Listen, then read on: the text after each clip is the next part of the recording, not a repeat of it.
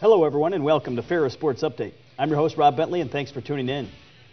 We've got another busy show today. We'll talk Bulldog football. We'll check in with the unbeaten Ferris State hockey team, and we'll have a special guest from the Ferris State women's soccer team. First up, head coach Jeff Pierce with the Bulldog football team. Coach, welcome to the show. Yeah, great to be here. Bulldogs had a tough outing this past Saturday, a 57-10 loss at Grand Valley. It seemed like Grand Valley scored early, and you just really could never get the momentum. Yeah, it was a rough night for us. You know, it was very disappointing. I thought we'd play a lot better than what we did. You know, we went down there into a very hostile environment, and the noise and some of those things kind of made it a little bit challenging. But we played a Grand Valley football team that's on track now and played very well.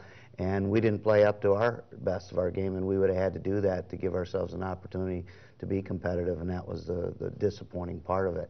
But, you know, now we got to pick ourselves up and get ready to go again. The Bulldogs gave up the first score to Grand Valley early on in the ball game. Your offense was able to drive back, and I know we have some footage of the game.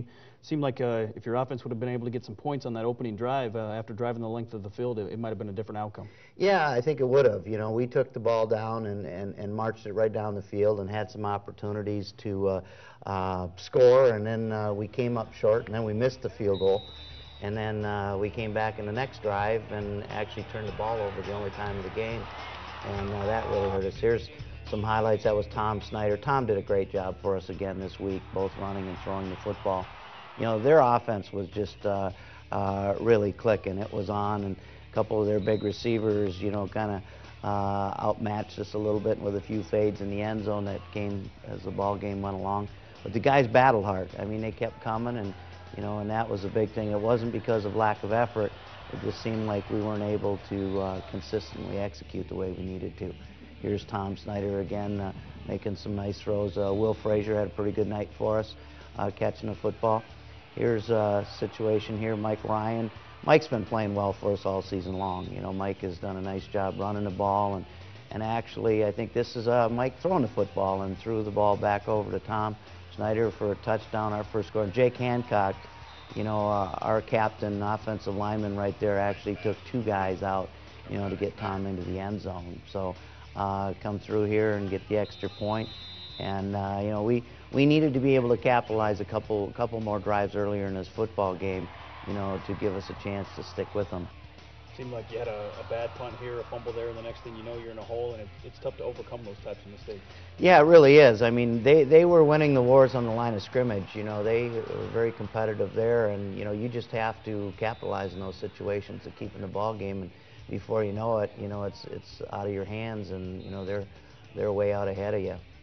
You mentioned it earlier in the show, Grand Valley, a team that lost 3 games early in the year, but appear to be playing as well as anybody right now. Yeah, Grand Valley's really back on track. You know, we've watched their whole season, you know, leading up to this football game, and you know, they struggled a little bit earlier in the season, lost a few ball games, and had turnovers and missed tackles and things like that. Well, they did not turn the ball over one time in our ball game, and I don't think they missed a tackle. So, I mean, they're playing quite well. Here's Jamal Jackson, you know, one of our young offensive skill guys. We ended up having to play the majority of the time with 2 freshmen, you know, in the backfield, and you know, the wear or the tear of a football season with injuries, you know, that's how it kind of worked out for us. But Jamal's doing a nice job. Here's Tom Snyder again running the football and also throwing the football.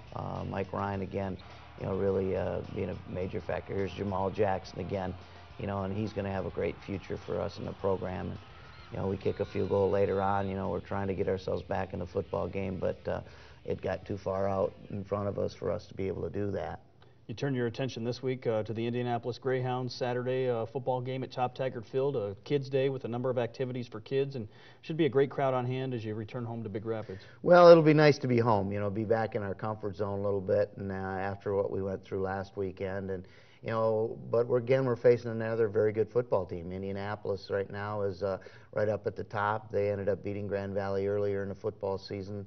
Their overall record right now is 6-2, I think 5-2 in the league, and they're playing very good football. And but that's something that we just got to get back on track. Our guys have taken this hard, you know, and we're putting this frustration and disappointment into the direction of getting back on track this weekend. And that's the one thing I like about the group of guys that I'm working with right now on this football team. they didn't throw in the towel even as that ball game kind of got out of control of it. They keep fighting, and we're going to bounce back up and get after it this weekend. Indianapolis in its final season as a GLIAC football school before they depart for the Great Lakes Valley Conference, and I know over the years this has been a good rivalry and a number of close games against Indianapolis. Yeah, it's going to be disappointing to see them leave. We played Indianapolis for many, many years, and they've got a very good and solid competitive football program, and their head football coach has been involved in college football for as long as I have. And at one time, he was at University of Butler way back in the 90s when we played them as a head coach, and then he had been a coordinator at Central Michigan and Ball State and places like that. So, they play a very solid brand of football and very similar to the same style that we run, which will allow our football teams, both football teams, I guess, to kind of get in their comfort zone a little bit more as we prepare against each other as we go through the course of the week. You're at 5-3 at this point of the season, and I know with 2 of your final 3 games at home, you take it one at a time, but talk about maybe getting to 8 wins and how important that would be and how special that would be for your seniors. Well, right now, you look at the conference standings and stuff like that. There's a whole group of football teams are all packed in together, and we're in that group right now. And we have 3 football games left. All 3 of these football teams are in that group too. And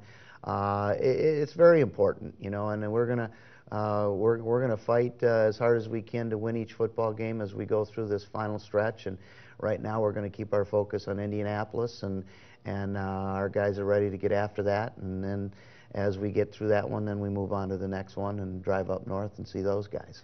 You're unbeaten at home this season, and with the difficulty in playing on the road in the conference, how important is it to win these home games? Oh, it's very important. You've got a lot of support from your home crowd and people that support your football program all year round, and you really want to be able to come home and play well when you're at home.